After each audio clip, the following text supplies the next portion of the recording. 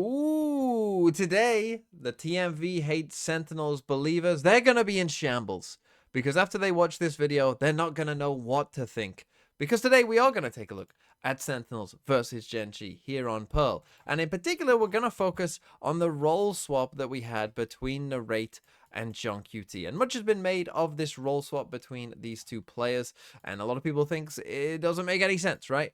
But today we're going to take a look at some of these rounds where you start to, I think, get an appreciation of why you might want to do this if you are Sentinels. We're going to start here with a round which maybe doesn't show off the best of the role swap in particular, but shows Sentinels getting to a nice round in general here, where Sentinels have pistols, right? They really have just absolutely nothing in this round.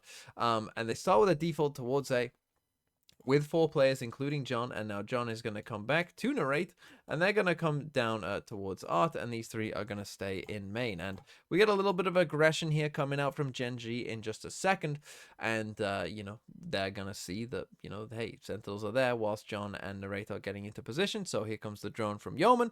He's going to drone. He's going to see that Zekken is there, often, you know, a pretty big giveaway. You see Gen.G try and go for that aggro, and so now, after seeing that and those players communicating that over to Narrate and John, they know that perhaps their side here of A is a bit more free. So we're going to get a KO knife in here. We obviously have seen the drone in here. We've perhaps seen this Astra as well trying to shoot. So what happens is these guys think, okay, there's 3 people here probably, right? So that means that we have a bit of space here. But then they're going to run into this killjoy, but manage to get this kill. And here you're just going to see that the you know, they have a well-oiled machine here, because after they get this kill, right, you might think, oh, right, we've got this kill. Now's our chance to kind of seize this moment, seize this opportunity, right? We might overheat. We might think in we start to go. But Sentinels, you know, as I said, they seemed calm, in control of this game. Take a look at what they do next, because now, you know, even though they just got the kill, they kind of just pause, right? We just pause. We pick up a gun. We realize, we get that communication that, hey,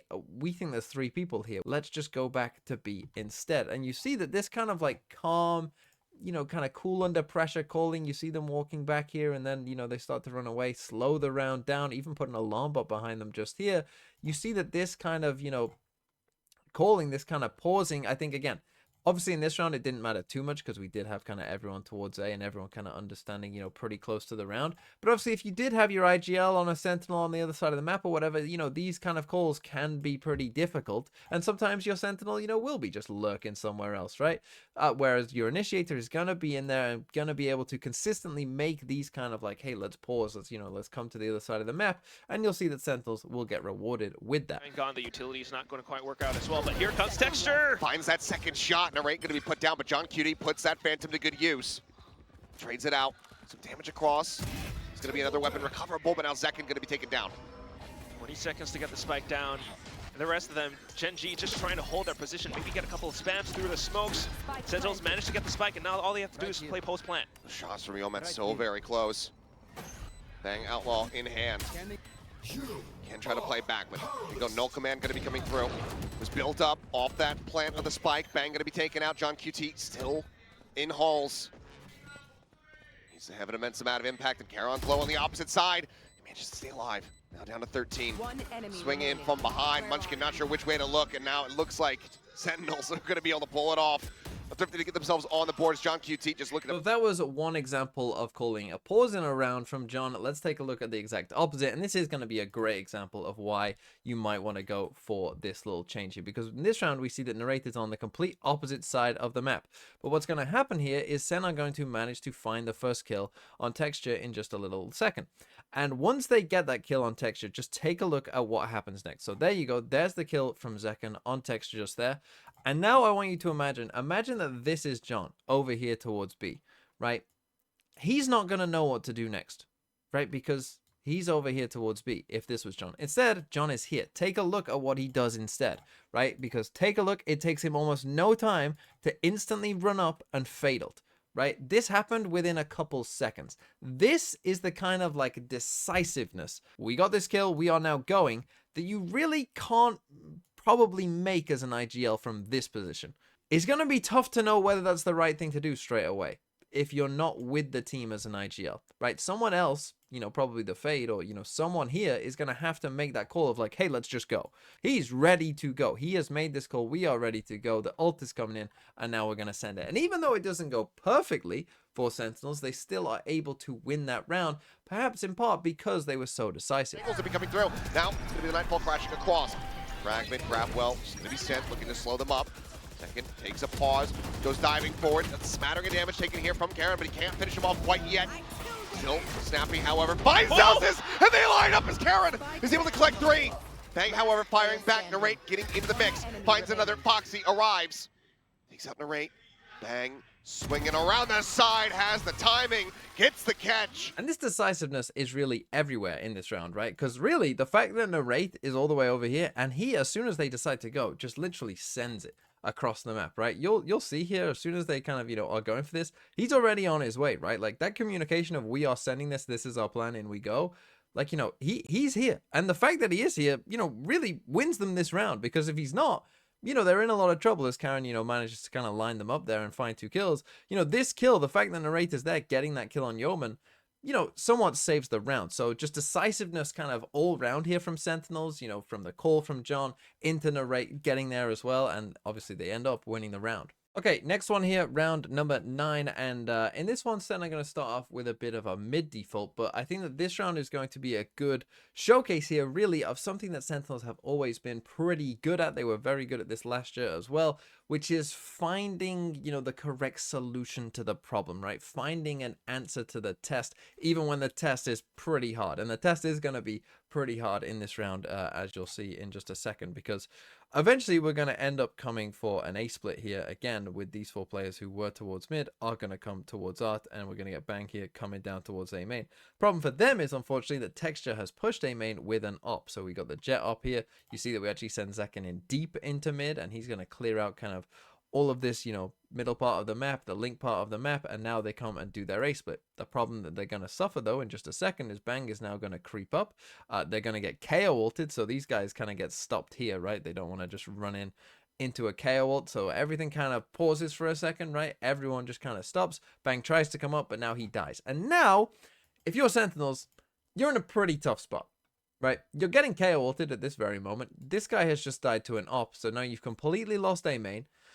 You're now going to have to try and come towards A. You have no idea what's going on over towards this. You didn't even destroy the Killjoy turret that was there, right? So even if you do kind of pivot and come back, they're probably going to have a pretty good idea that that's happening. So you're in a really tough spot here for Sentinels, but they find such a good solution. They find such a nice way of approaching this, where they just say like, okay, we also have lost our smokes, which makes this even doubly tough. They say, okay, we're going to have to use this neon wall to do something, right? So they're going to neon wall across the site here and then push back site, right? We're going to ignore this guy with the op, and we're just going to push on these guys in CT. We know the KO's there. The Silver is also going to be there, but that's what we're going to do, right? And again, it ends up being a pretty good answer to this test. So Bang going to be taken down. The site's still not taken. Munchkin just pulling back the drone as well. He's helping to keep them held at bay. Flash going to be going in. Texture maybe calming a little bit here. Ends up getting caught by it. And second on the entry, he's able to find Yeoman. Now Munchkin's going to be taken down. Up shot, follow up here from Texture. Going to be going wide. John Cutie dashing around it. There's Narrate, wants to close the gap with a shorty, but he will get shut down. No command, rolling through. Second, swings in off the flash, perfectly timed here. Alongside Zelsis, finds that, but Zelsis will be put on the floor. Foxy now, last man standing, finds a headshot. John QT gonna be gone, but he just can't 180 fast enough. Second. Okay, and then finally, let's take a look at the very last round in the half. And here's the thing, right? Obviously, we know that John was used to playing on Sentinels and kind of lurking, and that was his style. Well, those skills that you built up lurking, those skills are still there, right? That understanding of the timings and when you should go for a lurk and when not to go for a lurk, that's still there. So watch this round, right, where it's just going to be a straight B exec, but we have our Fade here over towards Zane. The thing is, John still has a good sense for when to go for lurks and stuff like that, right? And what this means as well is, and you know, this isn't perhaps the best example of this, but of course, like if you're thinking long-term for Sentinels, of course, there's probably going to be many rounds where John, you know, is perhaps trying to fake with some of his initiator utility, but really it's just him, and then he's going to become the lurk as the kind of, you know, true exec is on the other side of the map. You can imagine that those situations are going to play out quite a lot, and John is going to be kind of an expert of knowing that timing. And Narrate also is going to be very good at at playing with the team, right? He's going to know how to do that as well. So as this round continues to play out here,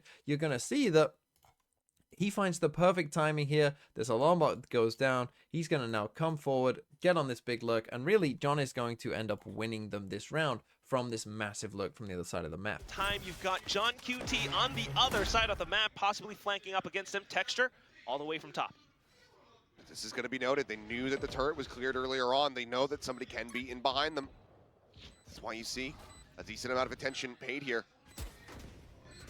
There ain't going to be the first line of the defense. The swing out, Texture able to win the fight, but eats a lot of damage. Foxy jumping forward in the hole, flushes out second, finds that kill, but Texture now is going to be dealt with, so all attention can be pushed here towards the front. Fragment down, avoided here, but Yeoman down to a sliver of it, as it's just he and Charon left fighting back.